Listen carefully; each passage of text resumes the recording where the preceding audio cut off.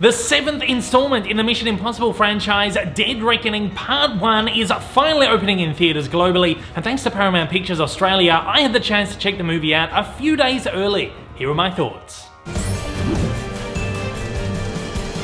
Ethan Hunt and his IMF team embark on their most dangerous mission yet, to track down a terrifying new weapon that threatens all of humanity before it falls into the wrong hands.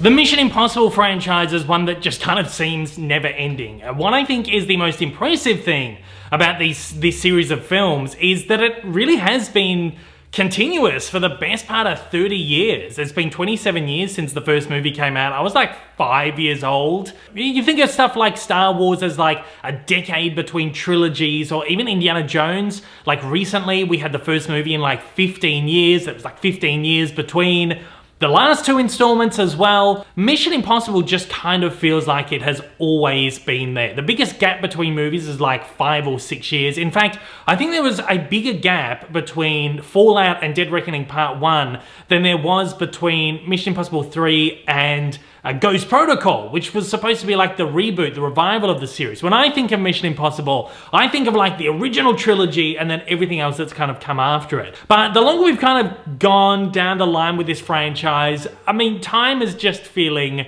kind of like, time is irrelevant. Time is just a never-ending, weird kind of thing. And it just feels like that this is just a long, continuous string of movies now. I don't feel any delineation between the original one, the original three, and the later ones. It's all just kind of one big thing. I think we've reached a really great point in the franchise with this. There's no need to bury the lead in this review right here, because you've seen the word of mouth, you've seen what people are saying about this movie, you've seen the early reviews and chatter from early screenings, and yes, believe everything you're hearing, because this movie is amazing. It's big, it's epic, it's explosive, it's really everything that you expect to see from a Mission Impossible film. And I feel like the last few movies in particular, we've all watched and gone, how do they top that? I feel like we've reached a peak where there is no way you can top this film, because there's so much really crazy stuff in here. Stuff we quite honestly have never seen before, stuff that I never thought we would see on the big screen. You've all seen clips from the big stunt from this movie where Tom Cruise drives his motorcycle off the side of a cliff, jumps off the motorcycle, free falls for a bit, explodes his parachute and kind of glides down gracefully. The madman did this for real, apparently like 6 times. The guy is absolutely crazy, but you gotta love what he does. You gotta love his passion and his determination for his craft, and to make his performances the best he can possibly do, and to make his movies the best and the biggest he possibly can. And Christopher McQuarrie there egging him along the whole way. Tom Cruise egging on McQuarrie to make him, you know, please let's do this. You know, it's this really great symbiotic relationship between the two to bring us really, really great cinema. This is why we love the movies, stuff like this. Apart from that, there's a number of really great action sequences in this movie. We've got a car chase through Rome.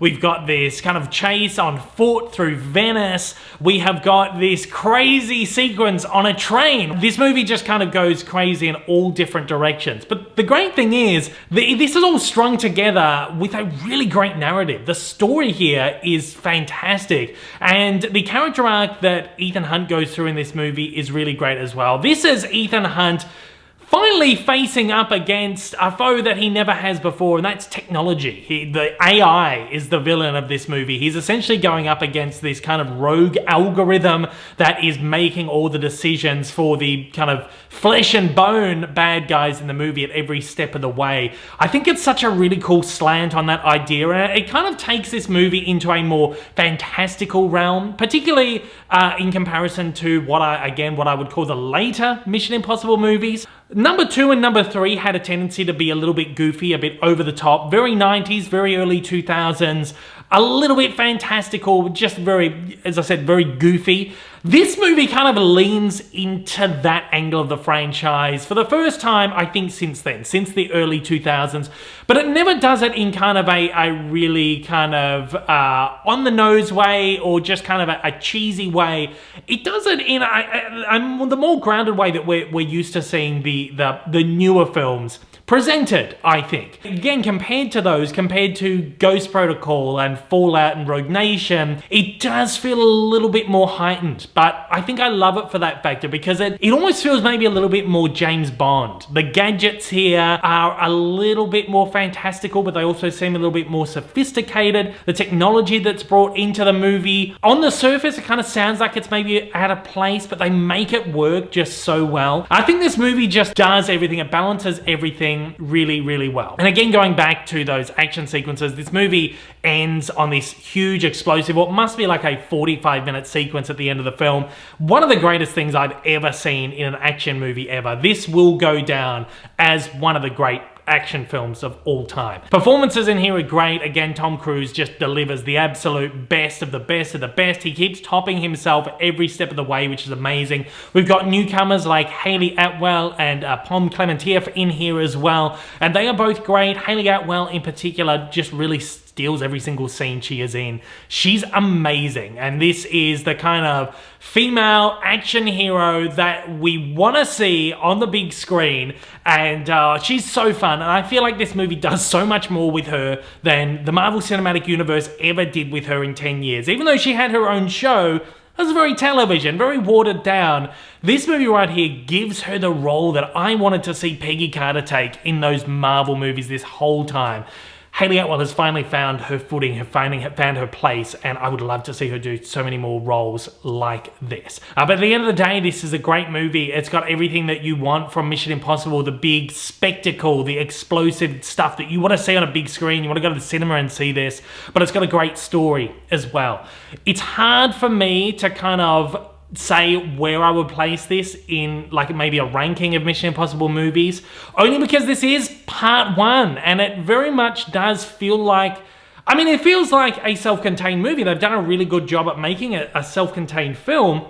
All the characters kind of go through their own little arcs within this one movie. There's a great through line throughout the film as well. It goes from A to B, where it wants to end up, but you just know that there's more to come. There's another part to come. And I think at the end of it, if they really stick the landing with the next movie, I'm hoping to God that they do, it's gonna feel like just one big epic film. So until that one comes out, I think that's gonna make or break how a lot of people feel about this one. I mean, I know it's really silly to say that, and we should be able to review and rate and assess movies individually, but I do feel like there's a half missing from this to really kind of get the big picture and kind of go, okay, now where do we want to place these two sort of halves of this one big epic adventure? But that said, this is one of the best, and I think it's up there with, I think personally Fallout is the best of the, up until this point, Fallout has been the best of the franchise, and I really think that this is up there with Fallout as being kind of top of the top. But I do again feel like we need this part two, which is out, is it next year or has it been delayed to the year after? I can't even keep up with all this stuff at the moment, but I feel like we need that part two to kind of maybe elevate the first movie and to kind of give us a better perspective on where this story fits within the echelon of the Mission Impossible movies. But anyway, this is probably the best time I've had at the movies since Top Gun Maverick. It is just pure, immersive action cinema where you can find yourself just lost in it, feel like you're a part of it, and, you know, see it on the biggest screen you can, see it in the IMAX, or see it in just a big megaplex with something with a big booming sound system, and you were just gonna have one of the greatest experiences in a cinema. This is why we love the movies. And at that, I'll be giving Mission Impossible Dead Reckoning Part 1 a 4.5 out of 5. And at that, I want to know your thoughts on Mission Impossible Dead Reckoning Part 1. If you haven't seen the movie just yet, how are you feeling going into this one? As always, join the conversation down below.